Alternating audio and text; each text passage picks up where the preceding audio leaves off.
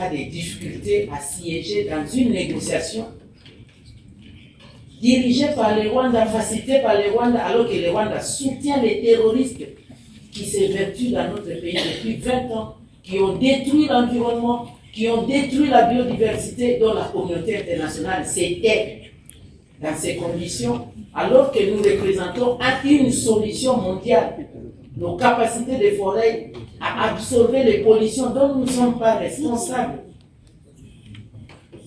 Nous donnons la possibilité aujourd'hui au monde d'atteindre 1,5 degré Celsius de l'objectif pour la température moyenne du monde en donnant la matière qu'il faut à changer de procédés polluants à non polluants. Aujourd'hui, nous parlons tous en termes de véhicules électriques. Mais les coltans, les lithium, les cobalt, tout ça, vous pouvez en République démocratique du Congo, aujourd'hui, théâtre d'affrontement. Et c'est là où il y a des réseaux du banditisme, des trafics illicites, des armes et des minerais, des femmes victimes de violences, des populations énormes en errance et même cette biodiversité en errance. Nous émettons donc une réserve de la RDC à participer dans une négociation où on parle de la protection de la biodiversité sous la facilitation du Rwanda. Je suis désolé de le dire, mais la vérité blesse, mais il faut parfois dire la vérité dans des instances comme celle-ci, pas dans le sens de détruire, mais qu'on trouve une solution en vue de donner la paix. La RDC est engagée à la paix. À la venue de notre président de la République, la première chose c'était de tourner les 9 voisins, leur montrer la bonne volonté de travailler pour la paix. Et ça piétine. Alors si en interne nous n'avons pas pu gérer, nous venons à l'externe. Tout a commencé depuis 1994, lorsqu'il y a eu des conflits, de la bêtise humaine, des génocides au Rwanda, de 2 frères qui se battaient. La communauté internationale, le Conseil de sécurité des Nations Unies, à travers le programme, la turquoise, dirigée par la France. Je termine, j'ai conclu pour dire, elle nous a imposé d'accueillir nos frères au Congo. Nous l'avons fait jusqu'à présent. Ça nous a créé que des problèmes. Nous mettons sur la place publique pour que vous puissiez nous aider à trouver une solution. Il est difficile pour nous de continuer donc les négociations, parler de la protection de la biodiversité par ceux-là même qui sont dans la responsabilité de détruire cette biodiversité. Ça ne vient pas de moi. Les Nations Unies ont donné des rapports clairs et le Rwanda a été cité nommément. Je vous remercie.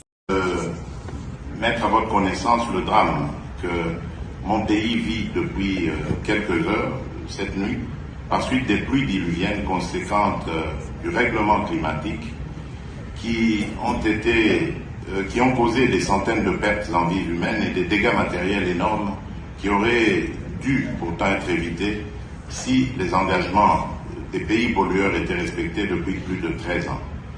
Toute ma pensée est tournée vers mes compatriotes en ce moment victimes de cette catastrophe naturelle.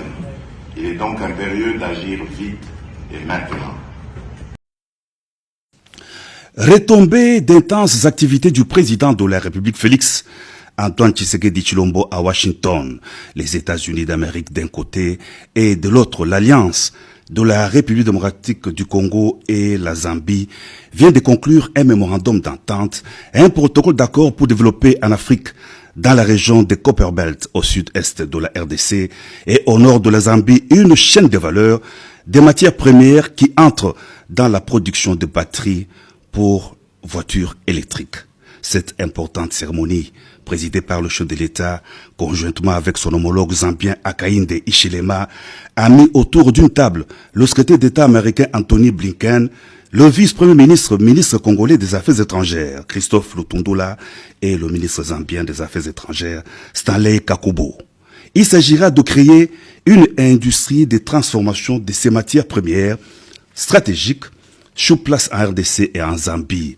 Les États-Unis pourront apporter leur technologie et une part des investissements.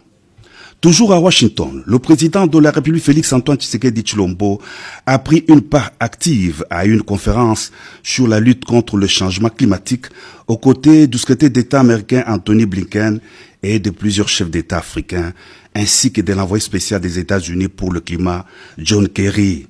Dans son allocution, le chef de l'État a souligné l'urgence de l'enjeu climatique, la place de la RDC dans la stratégie mondiale des luttes contre le réchauffement climatique et l'obligation pour les pays industrialisés de tenir leurs engagements quant au financement de l'adaptation au changement climatique des pays africains, victimes innocentes des dérèglements du climat. Ces derniers étant désireux de produire l'énergie propre pour soutenir leur développement économique afin de sortir du cycle infernal de pauvreté. En bilatéral, le président de la République Félix-Antoine Tshisekedi Tshilombo, à la tête d'une délégation congolaise, a mené des discussions entre la RDC et les États-Unis d'Amérique, représentés par le secrétaire d'État américain Anthony Blinken. Au cœur de leurs échanges, la situation sécuritaire dans l'est de la RDC, où le pays subit une agression injuste de la part des terroristes du M23 soutenus par le Rwanda. La RDC demande aux États-Unis de s'impliquer plus fortement dans la résolution de cette crise, notamment en prenant des sanctions contre le Rwanda qui soutient le M23. Les deux parties ont réitéré leur soutien aux deux processus diplomatiques, à savoir celui de Nairobi et la feuille route de Luanda.